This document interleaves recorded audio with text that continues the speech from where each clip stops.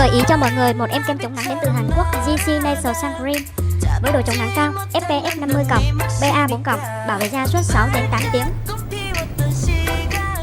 Chất kem màu hồng nhẹ, khi thoa lên da thẩm thấu cực nhanh, không bết dính, không để lại vân kem và đặc biệt là nâng tông da sáng hồng. Ngoài chức năng chống nắng thì em này còn có chức năng dưỡng ẩm, làm trắng da, nuôi dưỡng da từ sâu bên trong.